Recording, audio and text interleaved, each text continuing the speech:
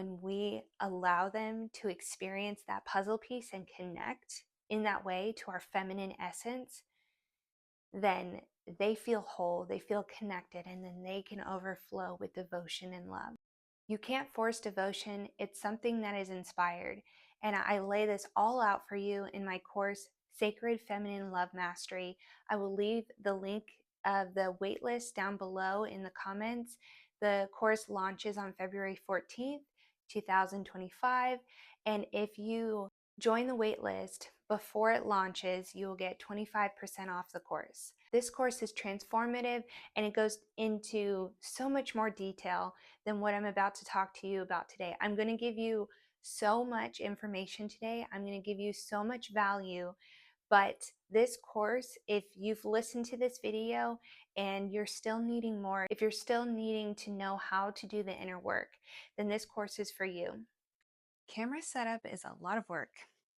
I know that I said in my last video that I was going to be trying to do them outside, but I didn't like the camera quality of the video.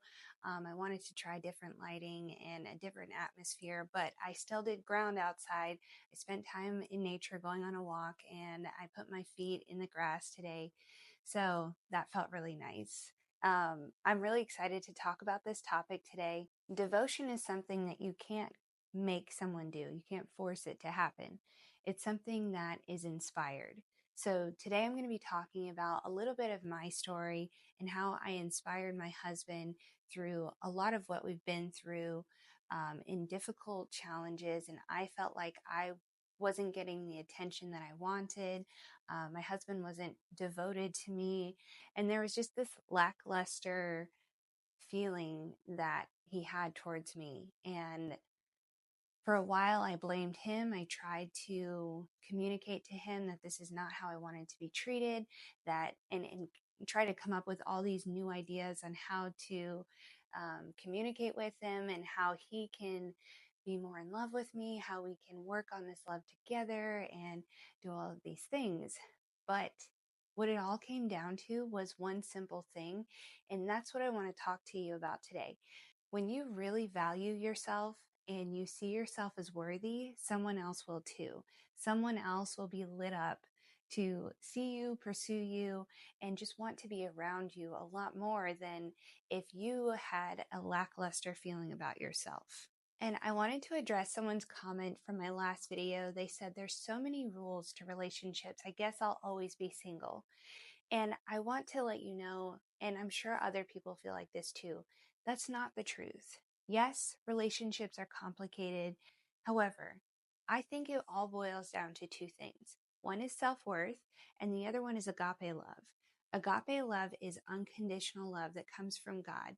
And when we are focused on that kind of love, where we're not expecting another person to love us in a certain way so we can love them, where we are standing firm in the foundation of love in general, the love that God has given us, the love that's inside of our hearts in every single person, then not only can we feel abundant in our life, not only can we be connected to the overflow of life that is around us, but then we can hold space for people that are struggling, people that need that love. And that is what relationships are about. Relationships are about, especially marriage, is about helping each other through the challenges of life, walking hand in hand towards eternity. My story is very different than others, and that's why our stories are so powerful, because they're unique spins on what God is doing in our lives to grow us closer to Him. But at the same time, my story is very similar and it has a lot of the same undertones that a lot of other people are going through. I struggled so much to be seen by my husband. He fell in love with me and we got married very early on without really any time to get to know each other that well, even though we knew, our souls knew that we were meant for each other. And very early on in our marriage, he started doing hard drugs. And I blamed it on his circumstances at work. I blamed it on his childhood upbringing, which had some to do with it. But what hit me like a ton of bricks was when he went to rehab and his counselor said, I don't think there's any coincidence that he started doing drugs soon after you guys got married. And I was like, what? How is this my fault?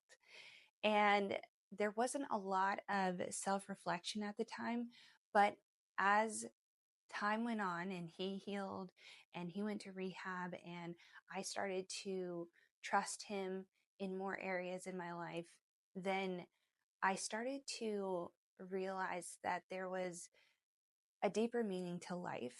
And I saw God in a different light, in a different way. And that allowed me to connect to myself. I think for so many years, there was this expectation where you should feel guilty if you are making it about yourself. You're making life about you. It should be about other people. And while that's true, while it's important to serve others, and that's why we're here in a lot of ways, we cannot serve others from an empty cup. We have to be overflowing our own cup first to be able to serve others. And so when I started to do my inner work, when I started to work on myself, see myself, value myself, that's when I started to be able to be the feminine essence and presence that inspired my husband to be devoted to me, to claim me, and be the man that I was longing to be. Give me the attention that I was longing for. Well, I want to let you know first what I was trying that wasn't working in the beginning. I was trying to control him. I was emasculating him. When I was triggered by something that he was doing or lack of attention towards me, I would put him down, make him feel less than, make him feel like he's not doing enough. He's not being the man that I need him to be. And what I've learned over time is that men have a good reason for everything they do. And a lot of people might disagree with that. But I think that men in their own minds have a very good reason for why they do it. It might not make sense to other people, but for them, it makes sense. And so if I can take that and understand that what they did, there was a good reason behind it, and maybe I need to understand his point of view. When I come from that place, then it creates this emotional safety that allows him to open up and be that devoted partner that I need him to be. So what I was doing wrong was exactly what so many women mistake. And I think what a lot of hurt people do, hurt people hurt people. If you're not doing your inner work, if you're not healing, if you're not working on yourself, valuing yourself, and spending time with yourself, then no one else will. No one else is going to want to spend time with you because you haven't first given yourself that self-value. And that stems from our childhood because there were certain things that we lacked, or there was a perception of lack from our childhood. And we took those first 7 foundational years and made that our identity. But it's not too late. It is time now as a divine human to start to work on that, start to transform it and see the God essence in the hurt and the pain, and then the transformation that comes when we connect to that oneness with God. I'm going to explain what I did to transform, and then I'm going to help you to understand men a little bit better. Even though I kind of gave you a little snippets here and there, I want to go a little bit deeper into that. Well, I've said this word a lot. What is devotion? Devotion is being deeply seen and understood by your partner. And the only way a man can really do this is if he feels safe, respected, and inspired by his partner's presence. So again, the common mistakes is chasing, trying to manipulate or control the other partner to make them be a certain way for you, which ends up being such a mess, and it leaves you disappointed, both parties disappointed in the end. And another mistake is putting his needs before your own. He doesn't want you to take care of him. You're not his mother, and he didn't marry you to be his mother.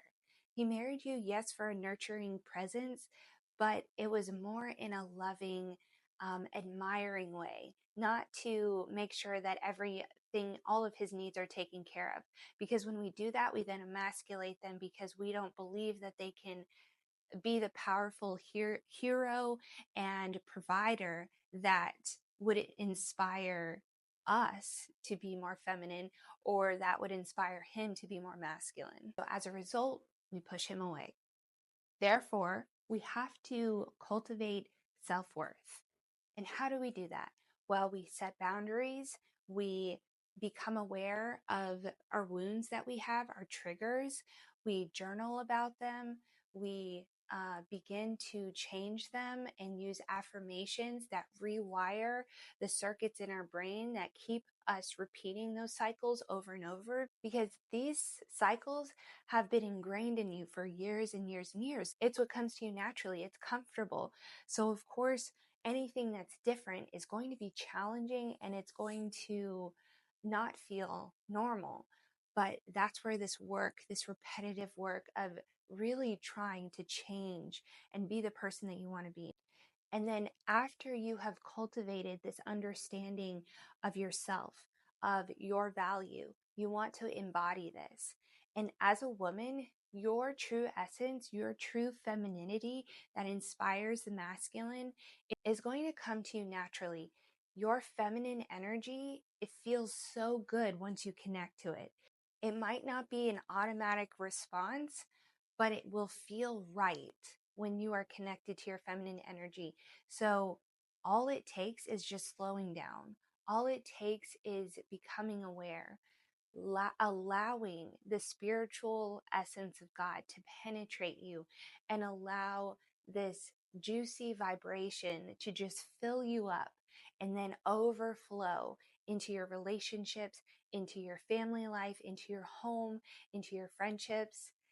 That is what feminine energy is. It's just this overflow of abundance and fullness that comes from God. So practical ways to do that is by leaning back and allowing space for vulnerability, which can be uncomfortable if you don't feel safe within yourself, if you don't feel safe as your own divine person. And so that comes with inner work. That comes with healing your inner child.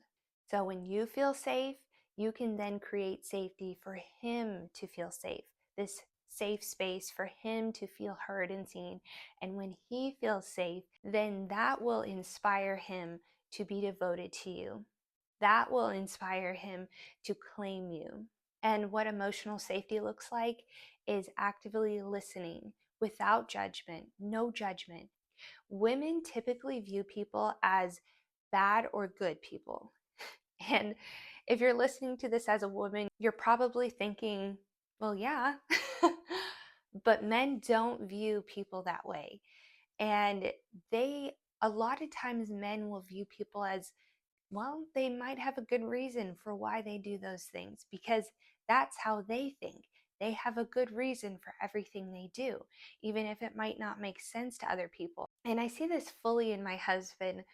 He's always been like that, always trying to see the best in other people. Now, I know that might not be the case for all men, but for their own persona, I think that can stand true. Men have a good reason for everything they do. So we can use that as a mirror for ourselves, our inner work.